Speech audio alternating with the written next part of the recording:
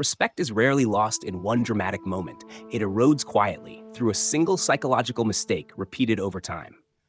Most men believe respect is taken from them by others. They think it is stolen through insult, competition, or dominance displays. That belief is comforting because it removes responsibility. The truth is colder. Respect is almost never taken. It is given away. And it is given away through one mistake so common, so normalized, that most people don't even realize they are committing it. Even as others slowly stop taking them seriously. This video is not about confidence tricks, posture hacks, or dominance theatrics. It is about a psychological error that collapses authority at the root. Long before anyone openly disrespects you, once you see it, you'll recognize it everywhere. And once you eliminate it, people will begin to treat you differently, without knowing why. Welcome to the psychological mistake that makes people lose respect for you. Respect does not come from likability. It does not come from kindness, and it does not come from being understood. Respect emerges from structural positioning, from where you place yourself psychologically in relation to others. Most people unknowingly position themselves beneath the emotional states of those around them. They adjust, they explain, they accommodate, they smooth tension too quickly, and in doing so, they commit the mistake. The mistake is over-justification, not explaining, but over-explaining, not clarifying, but defending, not communicating, but seeking approval through transparency. Every time you rush to explain yourself, you signal that your position is unstable, that it requires validation to stand, that it needs permission to exist. People don't consciously think this. They feel it, and feeling shapes hierarchy faster than logic ever could. The man who constantly explains his intentions trains others to believe his actions are negotiable. The man who defends his choices teaches others they are open to challenge. The man who fills silence to avoid discomfort tells the room he is not grounded. Respect does not disappear immediately. It fades incrementally. First, people interrupt you more. Then, they challenge your decisions casually. Then, they stop checking your reactions altogether. By the time disrespect becomes visible, the hierarchy has already shifted. Why does over-justification kill respect so efficiently? Because it collapses perceived authority. Authority does not argue for itself. It does not rush to be understood. It does not explain, unless it chooses to. Think about how you respond to people you respect. You listen more carefully. You question less impulsively. You assume coherence, even before it is proven. Now think about how you respond to someone who explains everything. You look for cracks. You sense insecurity. You feel, even subtly, that you could push if you wanted to. This is not cruelty. It is psychological calibration. Humans constantly scan for stability. Who is centered? Who is reactive? Who needs reassurance? The moment you need to be understood, you move downward in the hierarchy. The moment you tolerate misunderstanding without rushing to correct it, you move upward. This is where most men self-sabotage. They believe clarity earns respect. In reality, self-containment does. Not secrecy, not coldness, but the ability to let your actions stand without constant narration.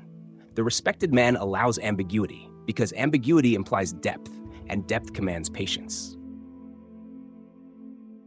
Another form of the same mistake appears in emotional form. Reactive correction. Someone questions you.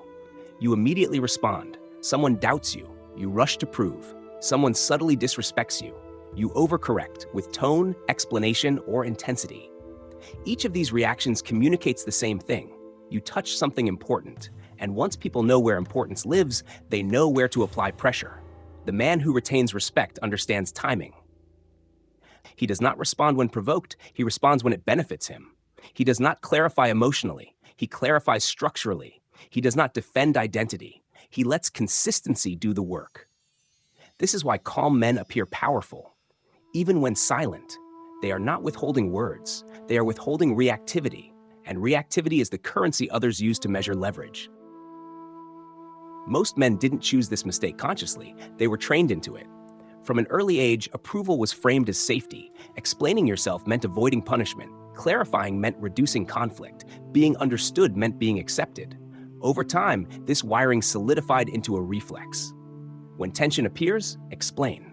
The problem is, what keeps a child safe destroys an adult's authority.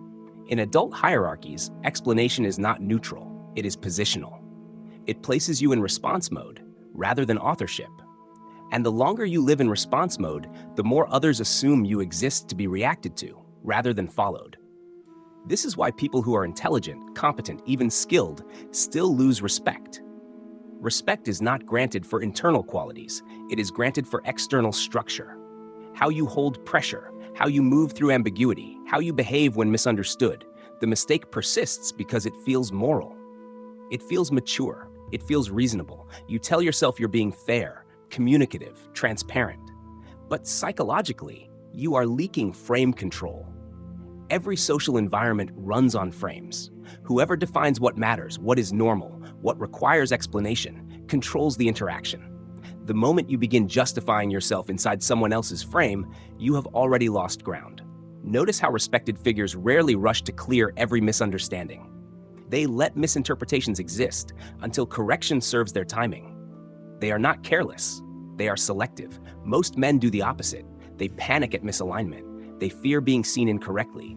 They fear losing approval more than losing authority. So they rush in, words spilling, posture softening, tone shifting, all in the hope of restoring harmony.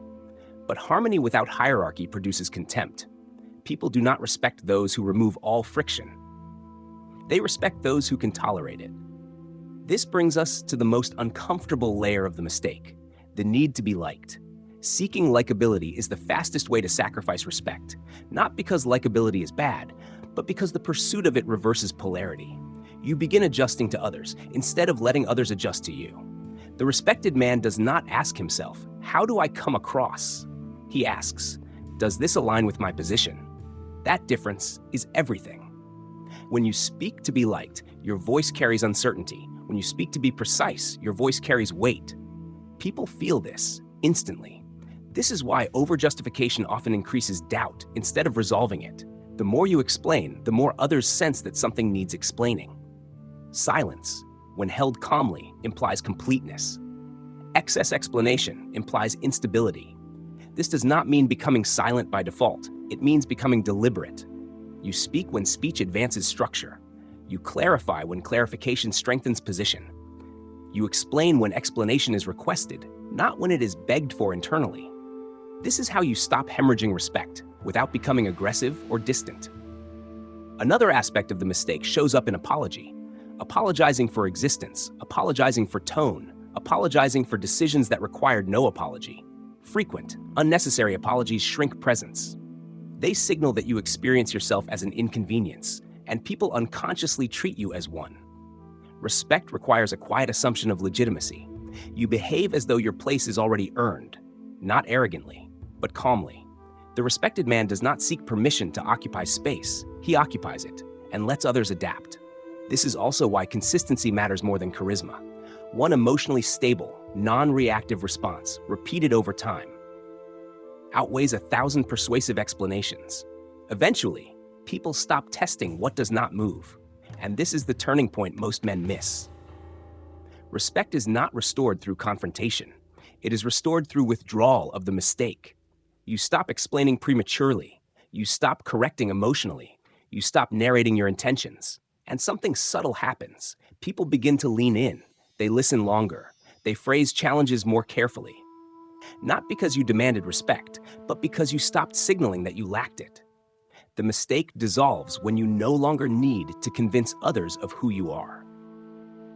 When the mistake disappears, the shift is not loud. It is almost imperceptible. At first, you stop filling silence. You stop preemptively defending your choices.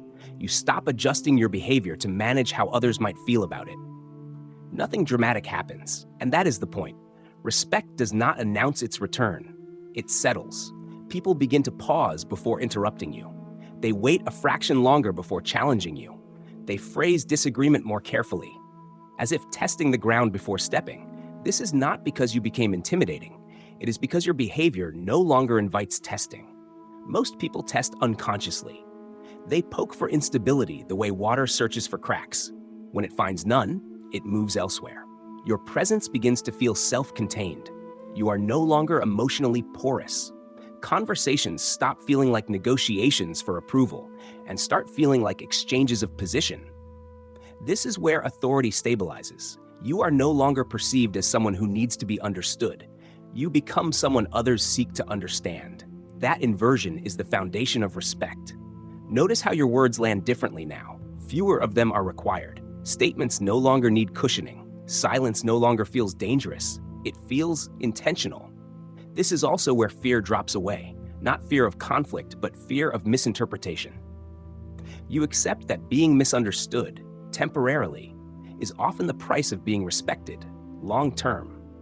People who rush to correct every false assumption train others to keep making them. People who let assumptions collapse on their own teach others to be more careful. This is why restraint compounds. Each time you resist the urge to over-justify, you strengthen an internal spine. Each time you allow tension to exist without rushing to dissolve it, you thicken your psychological boundary. Over time, this boundary becomes visible, without explanation. You walk differently, you speak differently, you wait differently, and people respond accordingly.